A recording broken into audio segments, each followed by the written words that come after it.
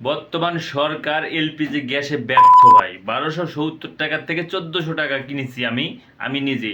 কালকে এই গ্যাসটা আমি নিয়ে আসছি, দাম নিচ্ছে হচ্ছে 1870 টাকা। তার মানে হচ্ছে কি, বর্তমান এই গ্যাসের দাম বেশি, মানে আগের তুলনায় এখানে দাম বেশি।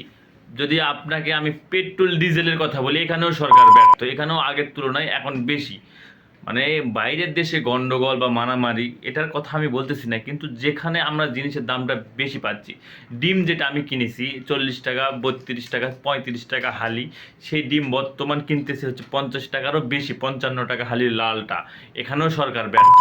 আসলে বিষয়টা হচ্ছে কি, আমরা সাধারণ মানুষ, আমি যেটা দেখতেছি যে বর্তমানে ব্যবসায়িকেরা যত খুশি উপরে উঠে যাচ্ছে, আর আমরা যারা নিম্ন শ্রেণীর মানুষ আছি, আমরা কিন্তু মানে দুই বেলা খাবো কি, বাচ্চাদেরকে স্কুলের খরচ দিব কোথায় থেকে, মানে এগুলোতে আমরা হিমশিম হিমশিম খেয়ে যাচ্ছি। আসলে বিষয়টা হচ্ছে এটা ভাই, বাস্তব কথা যেটা সেটা বললাম, আমি নিজের থেকে বলতেছি। মানে জিনিসপাতির দামটা একটু বেশি। আর সব